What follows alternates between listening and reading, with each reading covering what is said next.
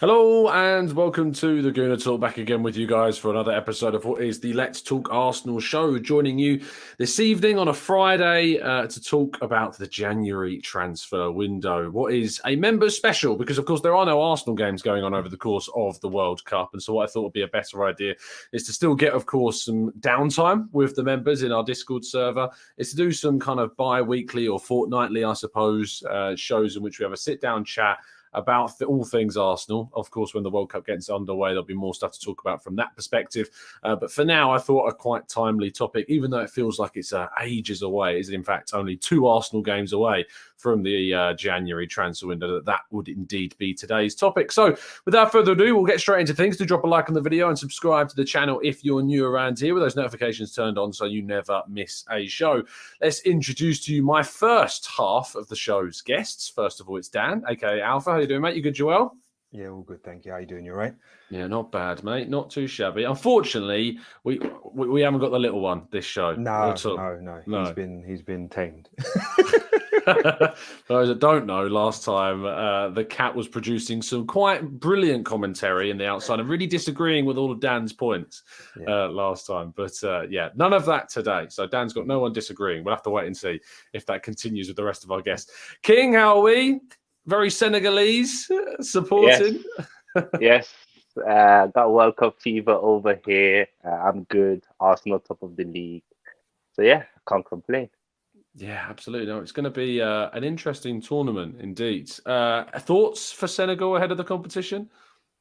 Well, obviously, the main man, our star, Sadio Mane, is going to miss the tournament because of an injury. So obviously, that's bring down our expectations a bit. But I still think we've got a good chance to get past the group. And then anything after that is just a bonus.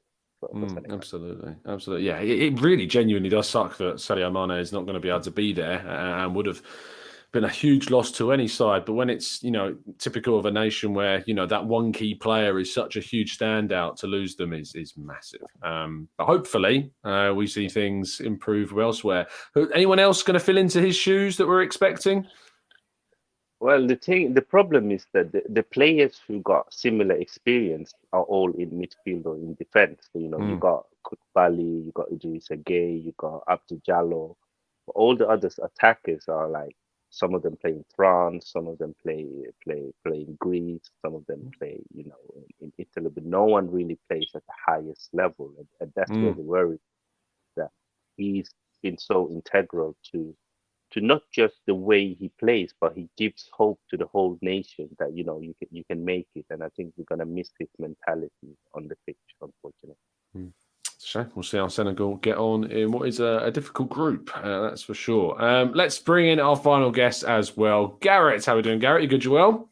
Yeah, I'm not too bad. Thanks for having me on again, Tom. I appreciate it. Yeah, looking forward to this. Pleasure. My pleasure. Yeah, absolutely. Who are we supporting ahead of the World Cup? Ireland aren't in it, so yeah, I mean, that's why I'm intrigued. Yeah. No, I mean, I'm looking at it. I'll see who wins. I'm looking forward to it as a neutral. I think it should be good. I mean, I think the teams have a lot of depth. Some more so than others. I think deceivingly, actually, Argentina maybe don't have as much depth as you'd think. But I mean, still, look, they're starting 11. I mean, can you get better than that front forward? I'm not sure. Yeah, indeed. Argentina are definitely out there as one of the favourites of the competition, alongside the likes of Brazil, France. I don't really think England are, Dan, do we? I mean, it's, Gareth Southgate at the helm just doesn't bring any confidence at all at this stage. Even with last 2 competitions, a semi-final and a final, still not keen, He's Conte in his way to those finals, isn't he? Like super defence all the way. I don't know. It's uninspiring in terms of what he's picking, but who knows? Like he may fluke his way all the way back to another final, and then this time he may go attacking. You never know, but likely he's going to play 3 defensive midfielders, 5 defenders, and just slap Kane up top and just hope we lump it to him. I just hope that he goes a different way. Maybe starts Bellingham instead of starting Phillips. That would be a nice start to the change, and then just hope that he put the wingers do their job. I don't know. It's hard. I don't know. I think I'm really uninterested in the World Cup at the moment. So I'm finding it hard to even feel inspired and interested in what's going to happen. but I'll try. Absolutely, yeah. It is difficult to get up for it. I'm feeling really detached from it, more so than I think that I ever have been easily in the past. So yeah, it is a really strange one, being in the middle of the season as well. And yeah, it's interrupting Arsenal's momentum and flow is a shame. But hopefully Arsenal come out from it unscathed and could come out from it reinforced in January. And that's of course what we're here to talk about. And so what I thought we'd do is we'd go through with all of our guests this evening, kind of looking at what is their dream January transfer window within the realms of realism, which is, dream and reality. Very difficult to combine those two, but we're going to try and test those waters tonight. We're going to go in reverse order, I think. Garrett, I'll start with you. What would encompass your dream window and explain your reasons behind it? Right, yeah. I mean, look, there's obviously been a lot of talk around Mudryk, but I think the price tag is it's too high. And really, I don't know, it doesn't fit that profile. I mean, you've talked about it a lot. Someone that can play across the front three. I don't know. As I think a lot of Arsenal fans, I mean, I don't know if we've actually watched them that much. I haven't, I'm not sure. Like, I think definitely defensive midfields. I mean, we've seen what happens when we miss when Partey's out. There is a significant drop off. There's no doubt about it. And I mean, we got Mo there, who's a great servant, does his job absolutely, and we saw him do some great stuff, to be fair, at the end of last season. But at the level we've gone up to, I don't think Mo can match that. But as far as targets go, there, I'm not too sure. I mean, like, I'm not sure if any of you guys know of anyone that's at that level of Partey. I don't think we can find someone. I don't think there is. Yeah, I don't think there is. What do you make of Danilo's, the guy that we've been linked to, the Brazilian lad? Yeah, I think it would be a good signing. I mean, the cup competition is done in Brazil, if I'm not wrong. Libertadores, yeah. So look, they may be more willing to let him go. Price tag wise, I think it'll be more within our budget for the window. And yeah, I mean, obviously, he can't. Well, I haven't watched much of him either. I won't lie. But I don't think he can step up to the level of Partey straight away. That's not to say he can't. I mean, he's a good prospect from what I hear. But yeah, it's going to be tough. I mean, I think in a summer window even, we'd struggle to find someone of that level of Partey. In January, as we know, was a pretty bad market, so it's going to be tough. But I don't doubt Edu and Arteta. I mean, we know that there's not many leaks in the club anymore. Stuff doesn't get out. I mean, Fabio Vieira came out of absolutely nowhere. It was just announced one day. So, I don't doubt they're looking at people. But I think defensive midfield is definitely the most important. And then for up fronts, I mean, we were linked to the like of Ferran Torres. I mean, get him in. Someone, I mean, I wouldn't be that keen on a loan, but, it could be something maybe they look at just to spend too much in January, because I think you can see that the owners and the general body up above like to stick to their plans. I mean, last year we found ourselves in fourth, if I'm not mistaken, at Christmas, fifth maybe. But that didn't inspire them to put any money forward, someone in to really lock that place in. So look, I mean, they definitely, I don't think they thought we'd be where we are now. I don't think many of us did, really, for being honest. But here we are, and then you could look at it the other side as well, that maybe that would fast forward plans from the summer. But look, yeah, who knows? It's guessing, I suppose, really. But it's good to talk it out. Absolutely, yeah. It is guesswork, a lot of guesswork, because, as you said, surprises can happen with the Fabio Vieira deal, and that came out of nowhere, and we might see something similar happen in January. I remember the Matt Ryan signing in January came out of absolutely nowhere. It was literally announced on the website before it had even been mentioned by anybody. That was really special. Whilst it wasn't the most inspiring of moves, and probably one that you are able to keep more quiet, it certainly was inspiring in the sense of, wow, you can really see how quiet the club can be, and even spending big money on Vieira can be kept fairly quiet as well. King, dream January transfer window, what are you expecting? Oh, for me, it would be Ruben Neves. Wow.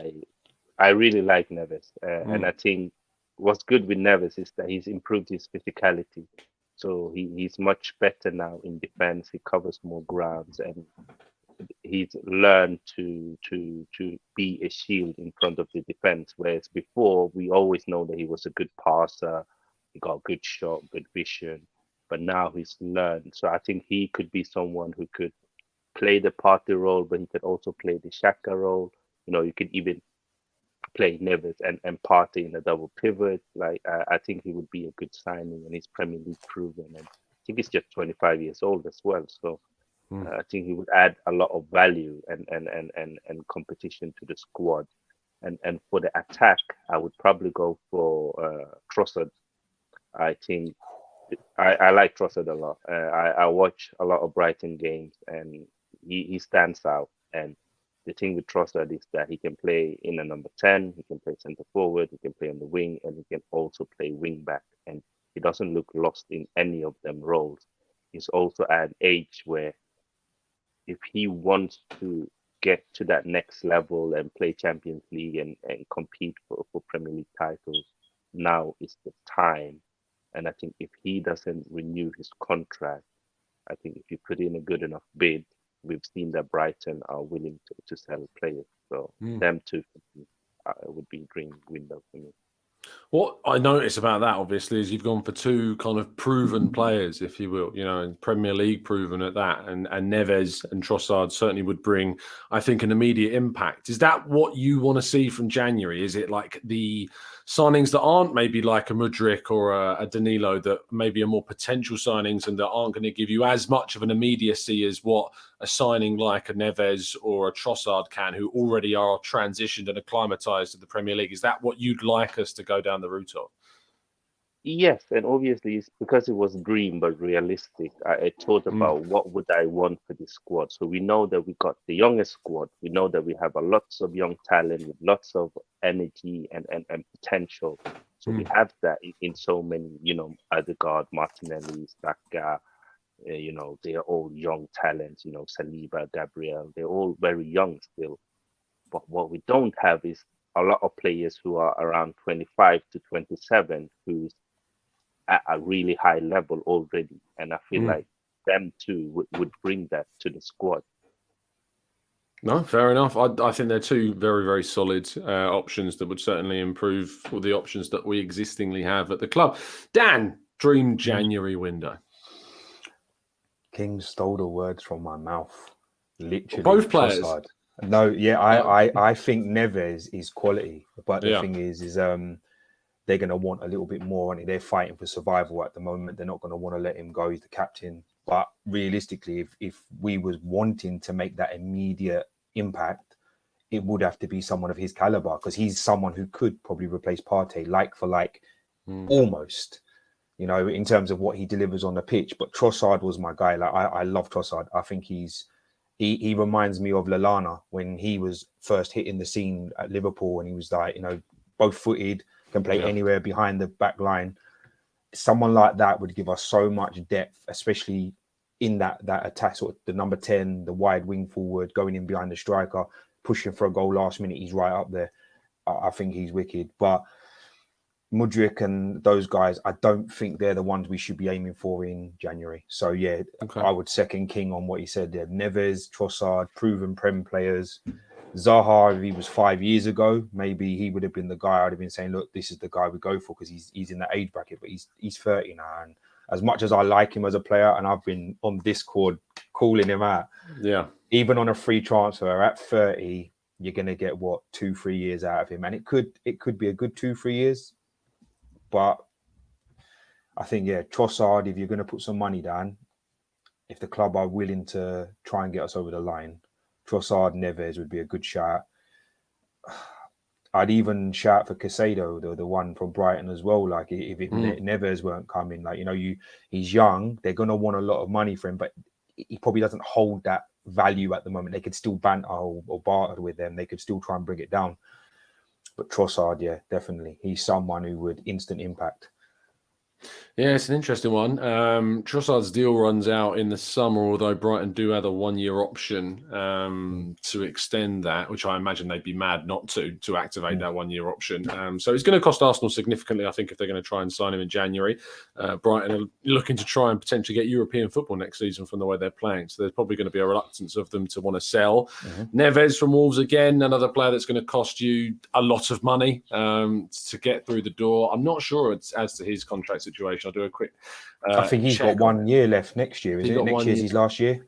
Yes. So he runs out in 2024. So he's got 1 year and a bit to go on his deal. So maybe Wolves will be open to accepting a decent figure. But again, in January, Are you going to be able to tempt a Premier League side to selling to another Premier League side? Very, very difficult. It's interesting hearing that, like, yeah, really none of you have gone for the Mudryks of this world, which is the ones that have been really heavily linked to us.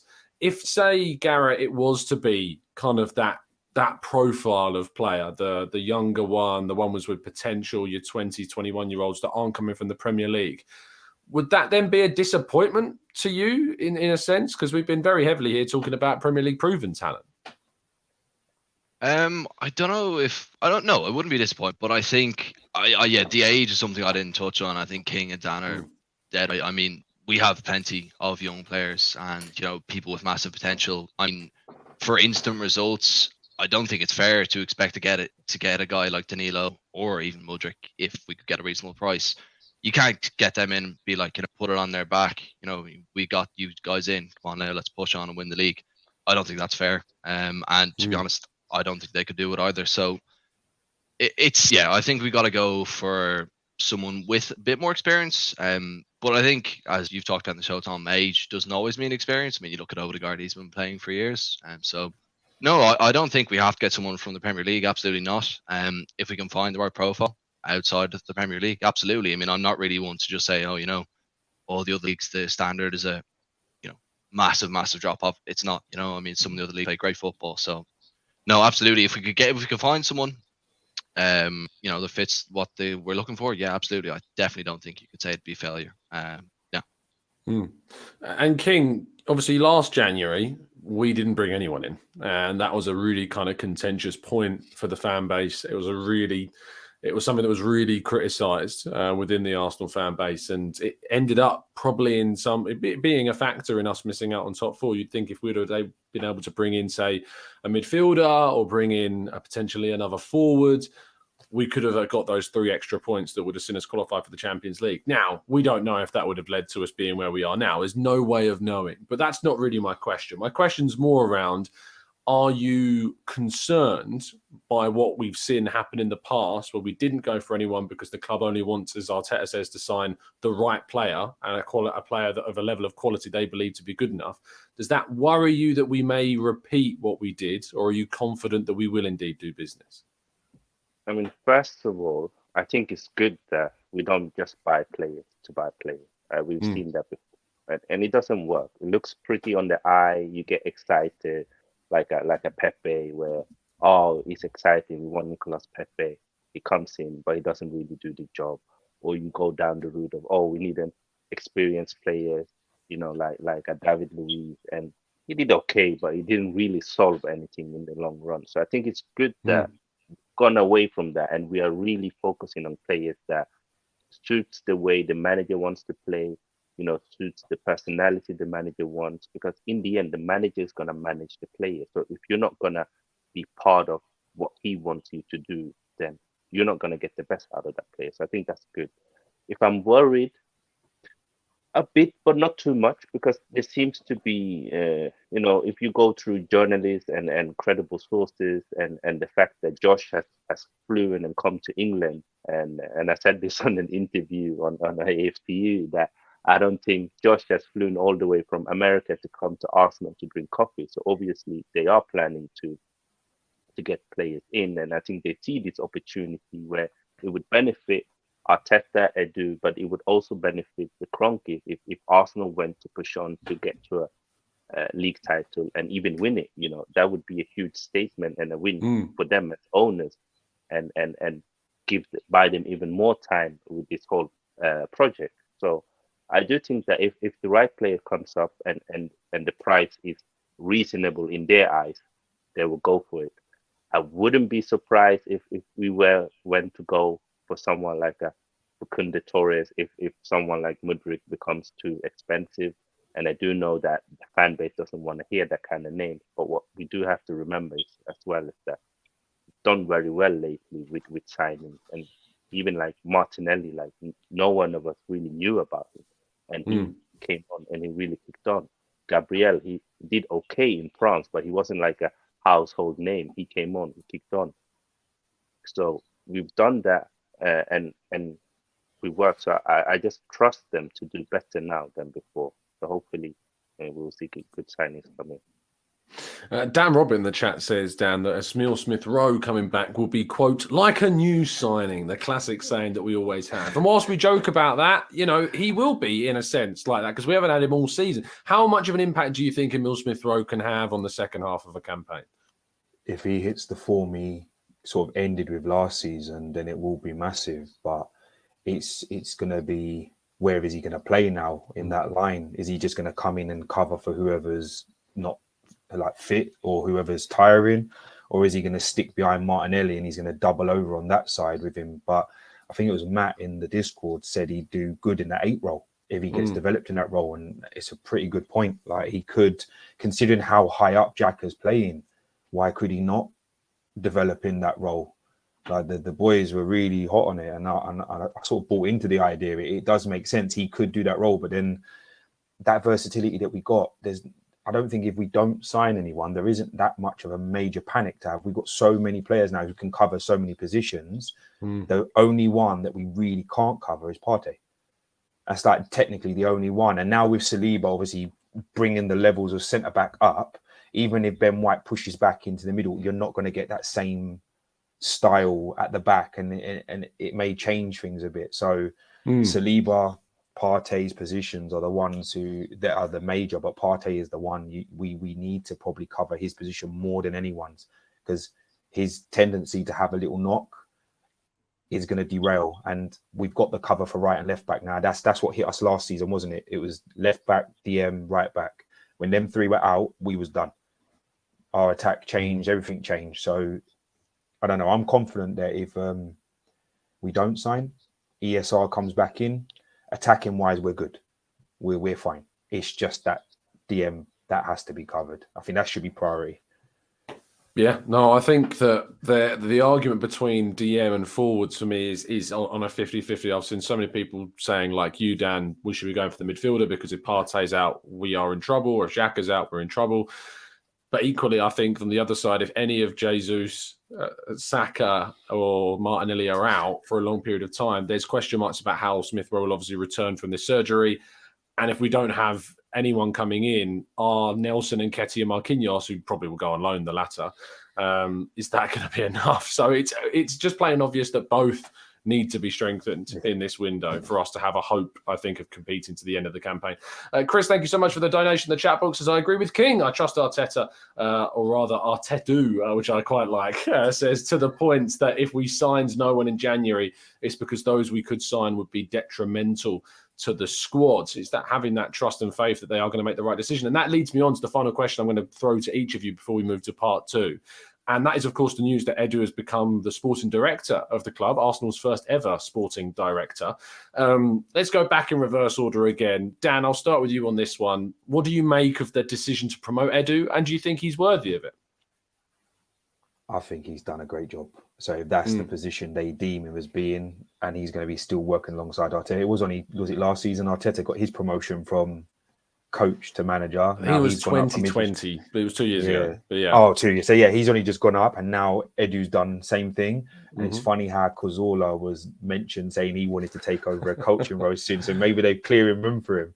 But yeah, I think he's worth it. I think he's done a great job, and through all of the facts that we was not trusting as much when all the sort of the sour grapes were getting moved out, we was waiting for the impact. You can't deny the impact they both made on bringing players in and what it's done to the team. As a fan, and even my family and stuff, I don't think in the last 10, 15 years we haven't felt this good as a fan base. It's great to be an Arsenal fan right now. Well, it is. So, it's massive to be an Arsenal fan. Yeah. It's crazy to think where we've kind of come with Edu, King, because, you know, I was very critical of him at the start and some of the business that we were doing, and it didn't feel like we were making any, you know, strides forwards, because every good deal there seemed to be a bad deal with Willian, and Willian's obviously the big one, but you've also got ones like Runnison. We've got still question marks over the likes of Sambila Conga, Cedric, Pablo Marie. You know, all these players were mentioned and associated with Edu a lot, but we've also done loads of really good business. So what have you made of the decision ultimately and Edu's tenure at the club as a whole? I think it shows that he's grown. So as you said, he started at a point where some of the signings we did sign were not good signings. We just have to say that they didn't help us to become better. but that's also part of the job. That can you move on from making a bad signing? Do you have the confidence to back yourself to continue doing the job? And I think he's shown that. I think Edo's been very criticized. He's been a lot in the media. A lot of the fans been onto him, even about his private life. But he's still. You mean the been very- barbecuing? That's what you mean. Yeah, the barbecuing, the jet skis, the the yachts, all of that, the lifestyle. Some of the fans feel like, he shouldn't be doing that, as if you don't have a private life. All you do is just work, and then that's it. You go to bed. I think sometimes fans forget that they are humans as well. But yeah, I think the club, it just shows that the club has a long-term strategy, and they believe in Edu, they believe in Arteta, and things are getting into place. And if they believe that Edu is the right man to be the sporting director, then fair play to him. I'm glad to see that people are getting rewarded now for doing good stuff, rather than in the past you would see someone get rewarded and you would wonder, but what have they really done to earn that? Yeah, I think that he is worthy of and there was always been those links to other clubs looking at him, and apparently he's been given opportunities and offers from other clubs that have been turned down. And this is another example of us thinking in the long term and progressing forwards. And we're now trying to hopefully do that with the likes of Gabriel Martinelli and Saka and Saliba, that hopefully we can also get signed down to new contracts. And lastly, Gareth, Edu being promoted to sporting director, the first ever sporting director at the club. What do you think this means for Arsenal as a club, and that sign, and what does it kind of show to the fans that they've made this decision? I think, as King said, it shows intent in the long term, and maybe that's not something we've had for a while. Be like clear intent, we've got him nailed down now. He's in his new position. And I think, as King said as well, I think he's earned it. This isn't something he's just been given. I mean, as you said, some bad transfers, Willian, maybe Cedric isn't up to the level, but overall, it's definitely come out positive, 100%. I mean, and I think as well, he can only do what the owners let him do as well. I mean, I don't think it's fair to put any blame really on him for, say, last January, because at the end of the day, he's not the one that has access to the bank account, It's not him, that's the owners. I think he's done a very good job. And I was glad to see it. And hopefully, we can continue to build on it in the future. And I faith in him, I do. And I think if we can find someone that's right, and I think the key is that they're right for what we need, they'll get the business done. Absolutely. And with that, it brings an end to part one. I'd like to thank my first half guest, Dan. Thank you so much for your time. Appreciate it as always. Tell people where they can find you if you'd like to. Heavily in the Discord as always, and as I said, I just joined Twitter a few weeks ago. I haven't really got into using it yet, but I'll get there. I'll get there. What a time to join Twitter of all places. Well, I wouldn't have joined it last year, that's for sure. That would have been slander every day. But yeah, Alpha and Wolf is my Twitter handle, so yeah, I'm on there. Lovely stuff. King, thank you as always. Always a pleasure to chat to you, and best of luck with Senegal in the World Cup, of course. Thank you so much, Tom. It's always a pleasure to be here. I'm always happy to come on and big up to the panel. It was a great discussion. You can find me on King's Football Show on my channel. You can also find me on the Discord, very active there, and that's my name on all socials. So yeah, King's Football Show. And finally, Gareth, thank you so much for the time as well, mate. Much appreciated. Tell people they can find you. Yeah, you can find me in the Discord. That's I suppose where you can find me. But second time on, I really enjoyed it. So thanks, Tom, and big up to the guys. It was a good one. Absolutely, absolute pleasure. Massive thank you to Dan King and Garrett once again for coming on the show. I'm sure I'll see you boys very, very soon. Have a good one, lads. See you later. Many thanks to Dan and, of course, King and Garrett for coming on. We're thankful to them, just as we're also thankful to our sponsor, NordVPN. Of course, you could not be happier with the guests that we provide you with, but you would not be happier with the security that NordVPN can bring to your surfing of the internet. Just go by nordvpn.com/Gooner to get yourself a big discount off a subscription. And not only that, but you get 4 months free as well. It gives you the ability to change your geolocation whilst you're online, so you can change where you're basically, or your phone rather, thinks that you are. So you can change to the UK if you're abroad and use your typical broadcasting apps like you're there. Watch some reality TV if you like. That's your sort of thing. It is kind of my sort of thing, rather guilty pleasure, if you will. But also you can know if you're using Sky or whatever like that. And I certainly used that to watch the Arsenal-Brentford game when I was on my honeymoon. It worked a treat. So you can get a massive discount, as I say, by going to nordvpn.com/Gooner. But without further ado, let's move to part 2 right after this.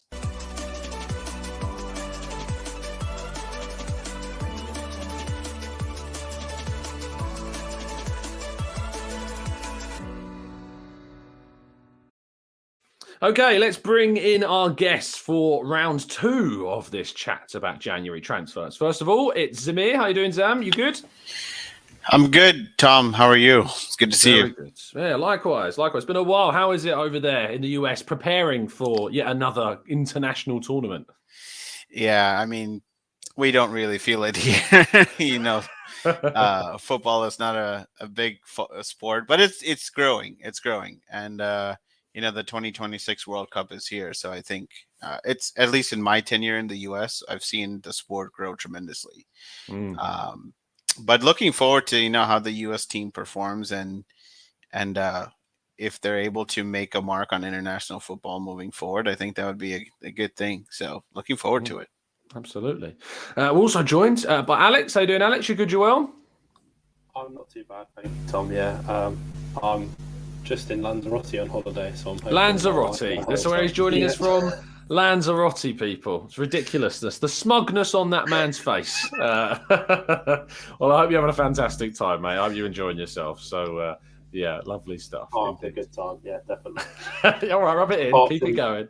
They're very lively curtains, so I can apologise for that. They are lively curtains. Far more lively than King's Sofa that he typically does his shows from. You have to say that. Yeah, definitely so.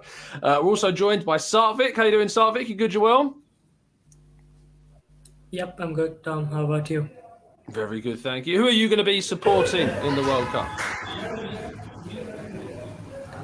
I think Germany are due a good performance. They've been quite dull in country level tournaments for the past couple of years. So I think back Germany this time.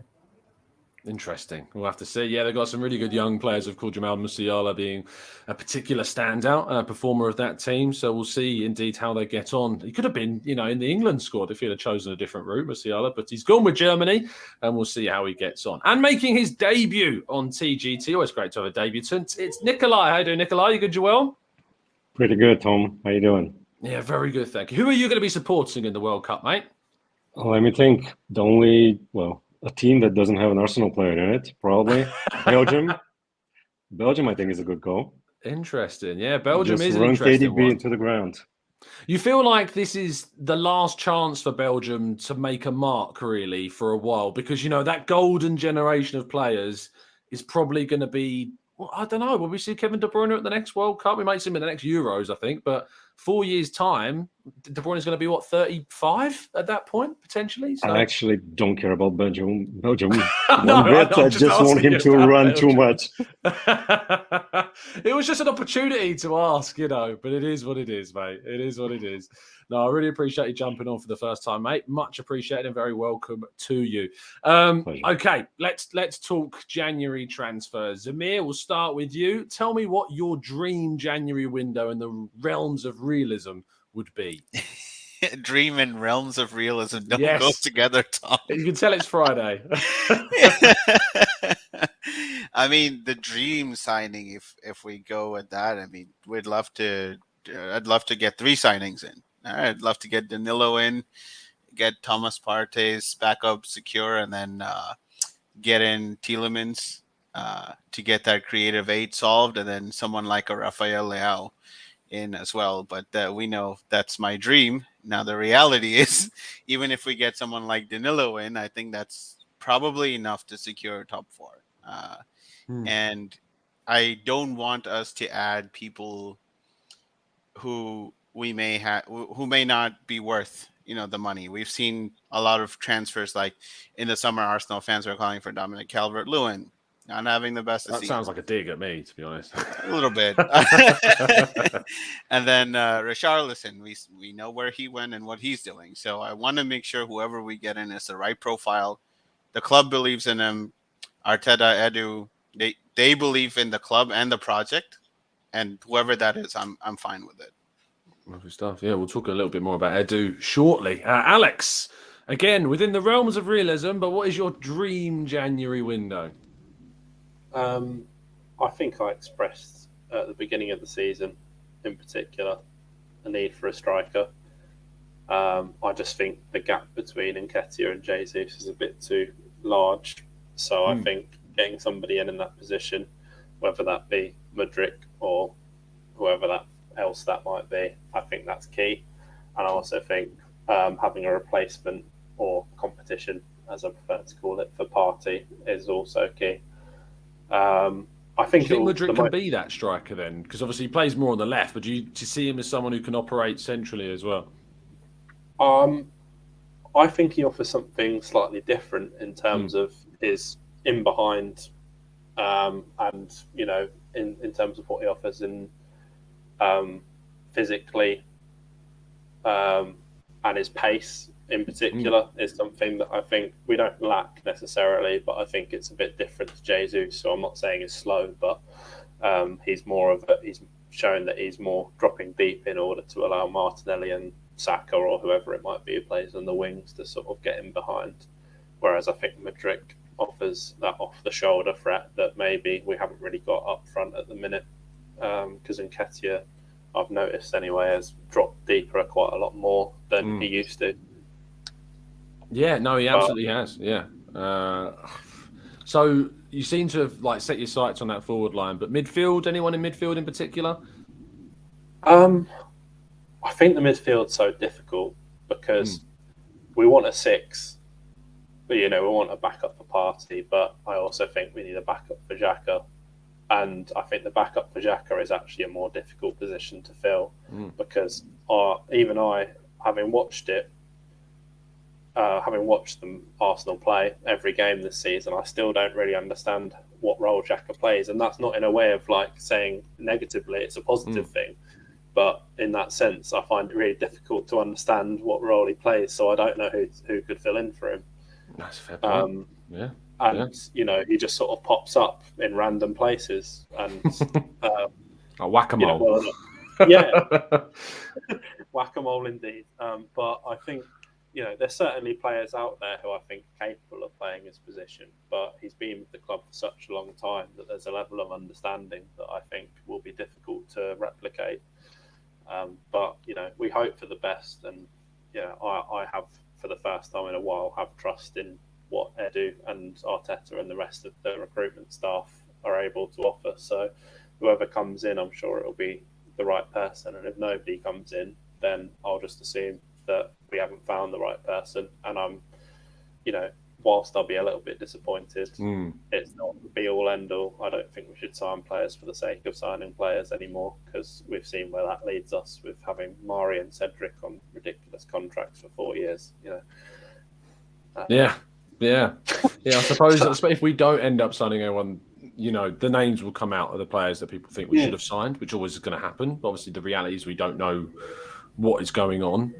By the way, I can see you guys in the chat box making up a 5-a-side team from us 5. I would not play in goal. I'm just putting you out there now. Not a chance. No reaction time whatsoever. Put me in the back. That's fine. Back line is no problem, but certainly not between the sticks. Sartvik, who I think you're being pegged for the midfield or striker from the looks of things from Dan, but we'll have to wait and see.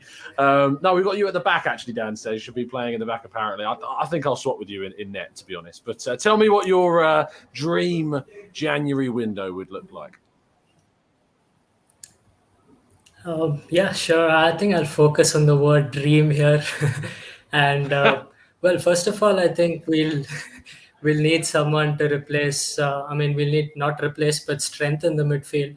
And I think someone like Milinkovic-Savic, or I'm even hearing rumors about Jude Bellingham, given the strong start we've had. So really someone of that caliber. Phase here, yeah. I said it. I said we'll go for the dream. So yeah, someone like that in the midfield. And I wouldn't actually go for an upgrade on the striker. I'd rather have um Balogun come in as an understudy to Jesus moving forward. So I wouldn't go for the striker, but I will possibly pick a winger, maybe Cody Gakpo, if he's available. And because I think he'll really help strengthen that position that we have. And if needed, we always do have the option of cycling those front three players, because they're all interchangeable and they're very versatile and they can play in multiple positions. And for the third player, I'm going to go a little bit out of the box and pick a replacement for our centre back, because I think if one of our centre backs does get injured, we're left with Holding, which I don't think is a really great position to be in. So I think I'll go for someone like Evan Endika, or someone like that. Proper solid Yeah, centre. interesting. This injury situation goes out. Interesting choices, I think I have to say. I think that, Ndika, I think his contract runs out at the end of the season, doesn't it? So you'd imagine that if you can get him in January, it would be on a relatively cheaper deal. It's an area that I think that will need strengthening, be it the winter. I think we'll probably see more strengthening in the summer. I think they will probably bring in another centre half. We'll have to wait and see what they make of Austin Trusty, of course, as well, that's set to return. Maybe he'll take that spot. And then the other options, I think you are in dreamland with Milinkovic-Savic and Bellingham. They are very much summer signing names, and mad ones at that. But who knows? Maybe we are looking to accelerate plans from the summer forwards, and maybe they'll go big on somebody. But yeah, the forward line, very interesting indeed about who we could bring in. Cody Gakpo is certainly a player who I would put on a list of potential options I'd like to see. So yeah, good names indeed. Lastly, Nikolai, tell us about your dream window within the possibilities of what realism can bring us. Well, I have a few scenarios because I'm really a pragmatist. So dream, that's not something I think we should contemplate too much. So if we go for experience, I would choose Neves and Zaha, because if you look to capitalize, like there are talks that Arteta will try to shift the budgets for the summer to the winter, and this means you're all in. You're scrapping the project. You're giving it a go pretty much this season. In this case, I don't care for age. I care for somebody that will hit the ground running. And it will be Neves and Zaha for me. Both Premier League proven, both gettable, actually, because I think with the budget that could be available, Neves will be expensive, but Zaha is at the end of his contract. So I think this is, if you go for it, like really. If you go for depth, you can do different things like Adama Traore even. You just need somebody to, help Saka get a breather. I don't care for a left winger. We're going to have Smith-Rowe back. And we do have Marquinhos there. So maybe Adama Traore can just run people to the ground. And he can do that. That is what he can do. He can do that. Plus, he's ending his contract as well this year. And Patino, for going for depth, we can just recall him. But that's going to stop his development. If you go for the project like it was, I would go for Danilo. Because it's this profile of player, and I think you can just continue building up. And on the wing, I actually like Marquinhos, and I actually like Reece Nelson, even though we gave him a few chances, but I think the structure wasn't there previously. If he has time to fit in this structure properly with this preseason, maybe that we currently have, Reece can do a job as well. Yeah, I think that you've named players. It's certainly that in the two scenarios of breaking the project, going for the title right now, which I think, who's going to begrudge anyone of doing that, because you've got a chance at a title. You can go for a style of player that maybe you would have done at a different point along this project of wherever they happen to see us. But what I do think is that Zaha is high risk and potentially high reward. I think Neves is low risk and certainly high reward in what he would bring to the team. The age profile of a player like Zaha is always going to be a high risk, high reward situation if it indeed does work. Equally, when King and Dan were talking about Leandro Trossard, 27-year-old, so you're going to invest in a player with probably very little sell-on value, but you'd imagine would be able to give you certainly a strong amount of quality in the team as well. So, if I've always been kind of a bit, resistant to the Zaha line. That said, if he came in January, I'd think, well, we've managed to bag ourselves a top quality Premier League player to give us some help for the last 6 months, and we'll see what else he brings to the team. So whilst I think I'd prefer us to go and maybe stick closer to the project, as I say, if it's someone like him coming in, I'm not exactly going to be disappointed by any shape or form. Obviously, with 4 people on this show, we're going to kind of streamline the second half, where we're going to ask you about Edu, and then I'm going to get some predictions to end things off. So Zamir, on Edu, appointed sporting director, how do you feel about his job that he's done at Arsenal, and do you think he's worthy of this promotion? Yeah, I think Tom, based on the last couple of years and what Edu has done, he's fully deserving of this role. I know everyone in their job makes mistakes, and Edu has, but he's also rectified those. And the fact that he has developed such a strong relationship with Josh Kroenke, with Arteta, and with the fans as well, it's becoming more and more transparent as well, which is something the fans have always asked for. And he's also not. He's backing up everything he says so far. So I'm always of the mindset that if you're doing good work, then you deserve to be rewarded. So I'm happy for him. I hope he succeeds in his new role and his added responsibilities. There will be more challenges, but I'm sure if we back him the way we have the last couple of years, then hopefully there's a success story there. And Alex, I think with Edu, the key thing about him going up to sporting director is that he's going to have more responsibilities on his plate. There was talk of him getting more involved with the academy. I think he's actually going to have more involvements with the women's side of the game as well, which I think, is going to be very beneficial for them. Is there any worries for you or drawbacks that with more responsibility could spread him thinner and make him less efficient in what he does for the Arsenal men's team, for instance? I think to an extent I would be slightly worried about him not being as involved, but I also think if he's getting promoted, you'd assume that somebody's taking over part of the responsibility. So I think it very much depends on who ends up taking over that side of things. But I think having somebody who understands where we want to go as a football club and as in terms of the project and the process that they've talked about for so long, I think having that across in the academy and across the whole club is really important. And I don't think, besides Arteta, I don't think there's anybody who probably understands it, where they want to go as well as Edu. So I don't think I'm necessarily worried, but I do think in terms of transfers, we need to make sure that it's not Vinay.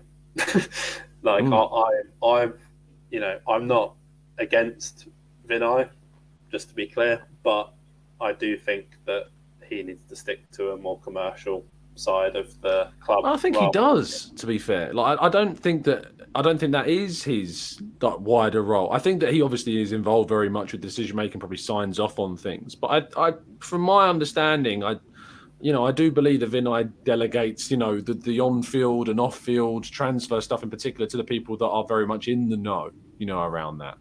It'll be Richard Garlick, won't it? It'll be involved more so, I suppose. Yeah, I think the thing is, Richard Garlick's been outstanding in his role, from what I understand. Obviously, you can only say so much, but in terms of the contractual side of it and getting players signed on and not just letting them run down to the last year before we're signing them on, like looking at getting players like Martinelli, Saliba, Saka on early. And that's key because, you get a player to the last year and then they decide, actually, I don't want to stay here. It's out of your control to a certain extent as to what happens. But if you've got a player who's got 2 years left and you've signed them on for another 2 years and you've got 4 years and then they decide, actually, I want to leave, then you've still got enough time to get a transfer fee for them. So as much as I'd be devastated if Saka or Martinelli or Saliba said, actually, we want to hang it up and we want to go, I'd also be like, at least we're not going to have to let them go for 10 million or 5 million or whatever it might be. So I just hope that Edu leaving doesn't mean that there's a level of carelessness that goes into the decision making for that level, because I think it's been so good for the past couple of years. I say couple, I mean literally two, because before that, I'd rather not talk about it. But yeah, I think we just need to focus on that and make sure that we don't have a gap, because we can't afford to. As a club right now, we're on the up, and yeah, I could talk forever about it, so I'll let move on. No, right. Sarvik, Edu has overseen a big transition, at Arsenal, and it's not always been plain sailing. There's been errors, and we talked a bit about that with in part one. And players have come in that it hasn't necessarily worked out. But I think the big thing that's been missing from Edu's kind of repertoire and what he hasn't received any praise from, because it's not really existed, is the sales side of his job. We've not been able to move players on for a profit. And this summer upcoming, we've got Pepe returning from loan. Maitland-Niles is going to be here still. You've got Nuno Tavares coming back. Eddie Nketiah and the Balogun kind of dynamic. I think there needs to be a decision probably made on one of those two, whether it's loaning one out again or selling one. He's going to have to make that choice. Do you have the confidence that Edu can change kind of the reputation he has from the outgoings perspective? Yep, I really think he does have the potential to be one of the best in the business. I think the very fact that he's brought us to where we are at this point, which I definitely didn't think any of us expected. We definitely dreamed, but I don't think we expected we'll be at this position come November. And I think the fact that we are is testament to what he and obviously Mikel Arteta have together been able to build.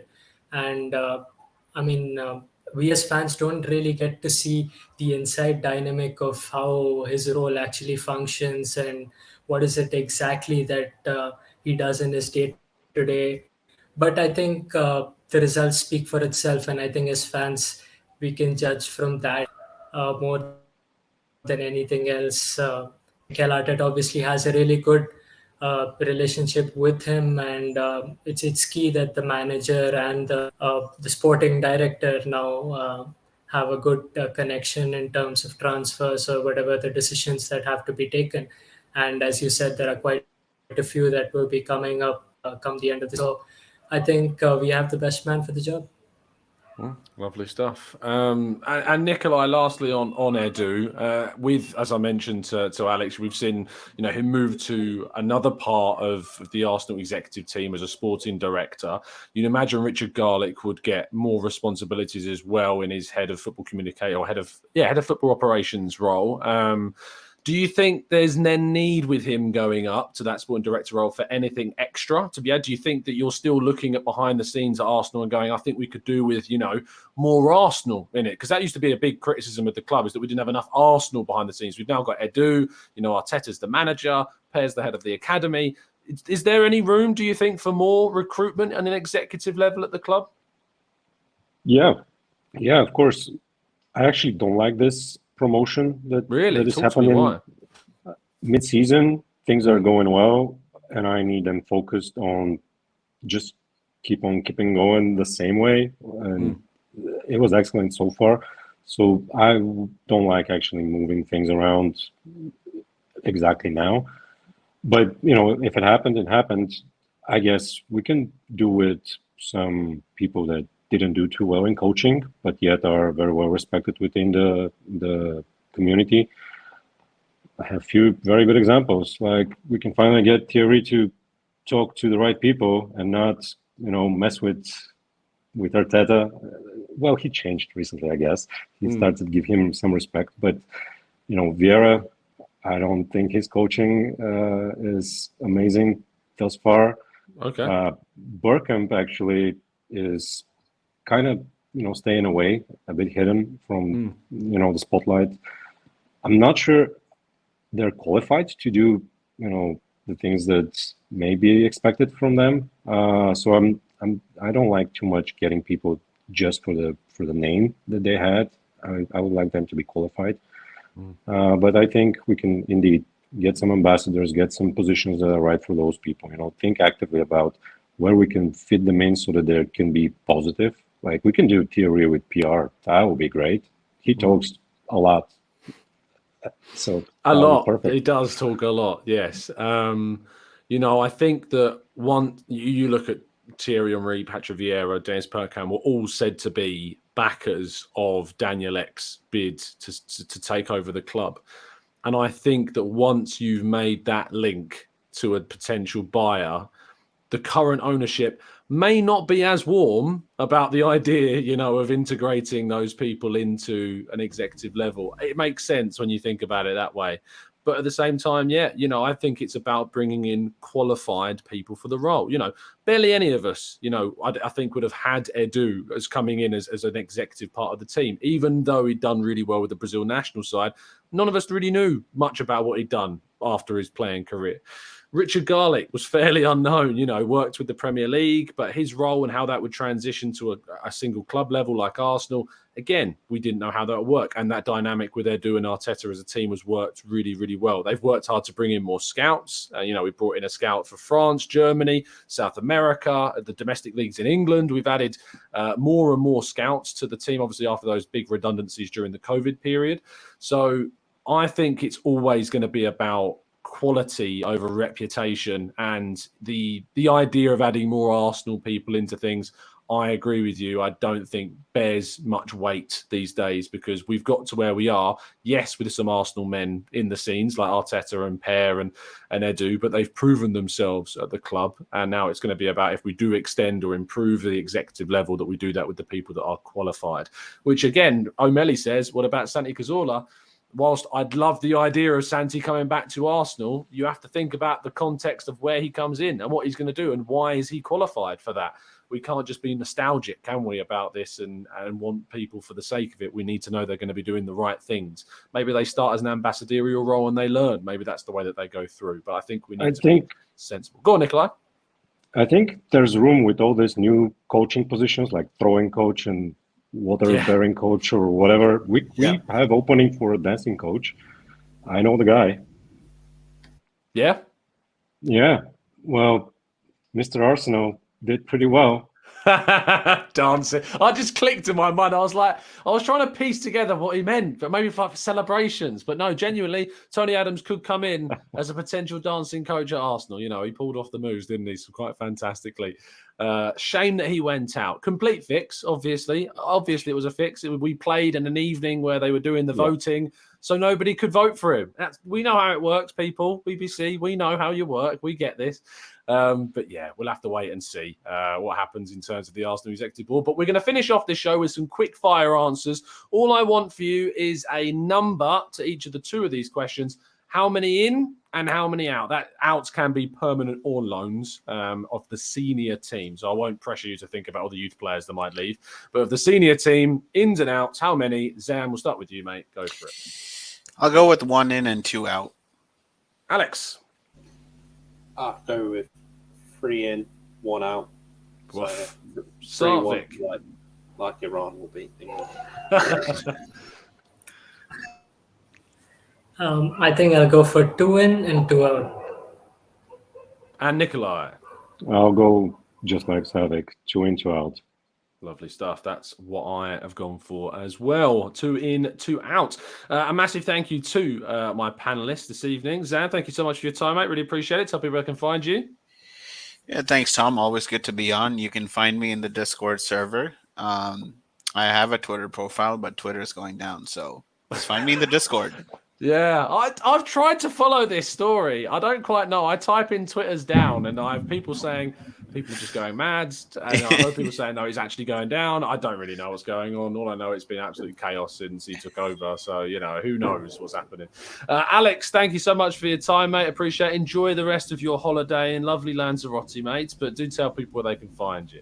Oh, thank you very much. I'm actually leaving tomorrow. Well, I hope you've enjoyed it. I have enjoyed it. You can always find me on the Discord server. And as always, any Bournemouth under-21s games, I don't really do social media, especially Twitter. Don't blame me. But I hope everyone enjoys the World Cup for whichever teams they're supporting. or team. I certainly know I won't, because Harry Maguire will be at centre back. But the Maguire agenda continues. But yeah, I hope everyone enjoys the rest of their World Cup or whatever they may be doing. Absolutely. Sarvik, thank you so much for your time, mate. Much appreciated. Tell people where they can find you. Yep, just on the Discord server. And yep, here's to hoping none of our players come back injured. Yes, fingers crossed. Fingers crossed indeed. And lastly, Nikolai, fantastic debut, mate. Thank you so much for jumping on, taking the plunge. Appreciate it. I hope you've enjoyed it. Tell people they can find you, mate. Thank you, Tom. Well, only on the Discord. I don't do Twitter. And since I don't have anything to show, I'll just give you a pro tip, because you have questioned this several times. Players actually cut their own socks at the back just to improve circulation. Nobody kicks them that hard. Really? Oh, that's a good Figure tip. it out. Didn't know that. Players cutting their socks for circulation. Interesting. I have asked about that. Wear tiny little shin pads now as well. Is no one wears the shin pads that have the sock bits on them, because they found it actually reduces blood flow to their feet. Oh, maybe that's why I've been playing so badly then. That clearly is the reason. That's the reason. Because they're exactly the shin pads I have is those ones. That clearly explains why I'm not playing at the elite level, because my entire life... That's the excuse I use as well, Tom, don't worry. Yeah, absolutely. It's got to be the way forwards. So ankle-less shin pads are the way to go, people. And cut your socks at the back. Apparently improves your circulation. Nikolai, you heard it here first. Lovely stuff. Thank you, boys. Really appreciate your time, and I'm sure I'll see you again very, very soon. Cheers, lads. Have a good one.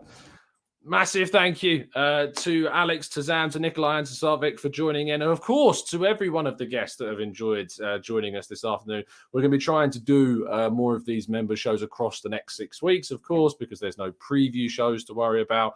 But I hope you've enjoyed it as well. Do drop a like on the video if you indeed have, and subscribe to the channel if you're new. And if you would like to become a member of the channel and come onto the shows more regularly, a link to that you can be found in the link tree in the description. It also gives you access, of course, if you become an expert member or a TGT ambassador, to the Discord server, of which all of the guests you've seen this evening are all a part of and all regular contributors too. So many thanks to all of that. But we will see you again very, very soon. Have a fantastic weekend. I will see you in the morning at 8 a.m. And as always, up the Arsenal.